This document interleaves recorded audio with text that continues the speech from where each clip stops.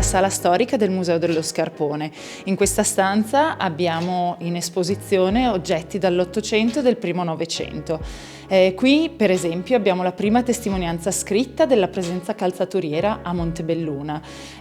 In maniera più specifica è il libretto delle tasse del comune di Montebelluna, è del 1808 e nella lista dei lavori e dei lavoratori sono presenti ben 11 calzolai e questa appunto è la prima testimonianza certa della presenza dello sport system, diciamo, a Montebelluna. Poi ovviamente man mano nel corso dell'Ottocento i numeri sono ampiamente cresciuti, ad esempio sappiamo da un censimento del 1871 che c'erano già 55 calzolai a Montebelluna, quindi capiamo bene che c'è un salto enorme, segno evidente dell'importanza di questa attività nella zona di Montebelluna.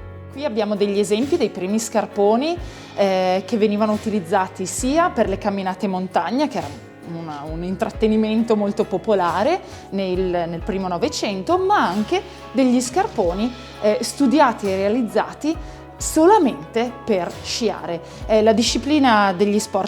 Le discipline degli sport invernali, scusate, nasce proprio negli anni 20 e 30 iniziamo ad avere un boom proprio qui sulle Dolomiti e a Cortina e qui abbiamo degli esempi appunto dei primi scarponi realizzati solamente per lo sci. Questi sicuramente sono dei pezzi fondamentali della nostra collezione, sono quelli che hanno fatto conoscere Montebelluna e il distretto dello Sport System al mondo. Queste sono le scarpe che hanno accompagnato la spedizione di Lacedelli e Compagnoni sul K2 e sono quello che erano appunto il massimo della tecnologia negli anni 50. Qui abbiamo un esempio del modello di punta prodotto a Montebelluna nella seconda metà degli anni 50. Abbiamo la Master prodotta da Munari.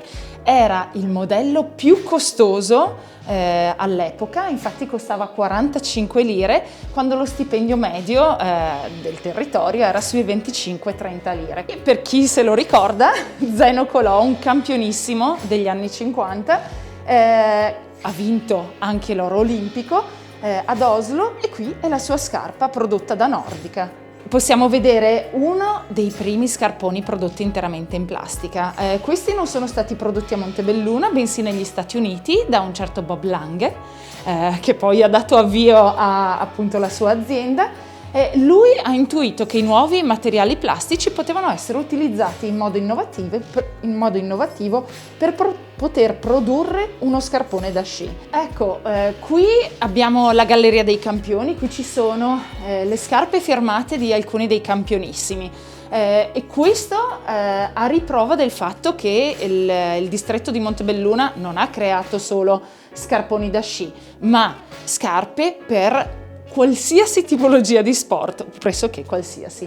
Qui abbiamo un esempio del 1940 prodotto da Dolomite, che è stata poi famosa per scarponi da sci, ma in realtà già negli anni 40 c'era, anzi è stata fondata nel 1897, quindi è il marchio più longevo del distretto. E produceva appunto anche scarpe da calcio. Questa è interessantissima perché ci va a dire che probabilmente era destinato a un mercato estero perché è scritto handmade in Italy, quindi chiaramente era destinato a qualcuno che non parlava italiano.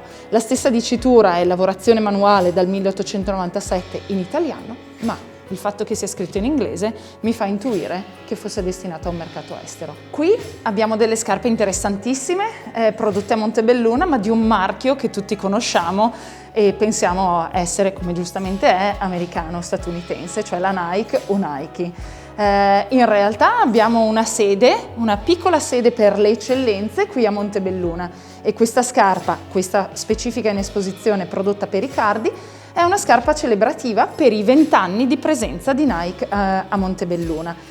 Allora, il Museo dello Scarpone nasce dall'intuizione del professor Durante, che riesce a riunire una serie di imprenditori e negli anni '80 fonda appunto il museo con l'intenzione non solo di raccogliere quelli che sono i reperti storici, diciamo, del distretto, ma anche di creare successivamente tutta la formazione necessaria per le aziende, modellisti, designer Oggi lo Sport System fa un po' da seguito a questa intuizione del professor Durante, e la volontà è proprio quella di creare modellisti, designer tecnici per l'indotto del territorio, che ancora oggi sono molto richiesti.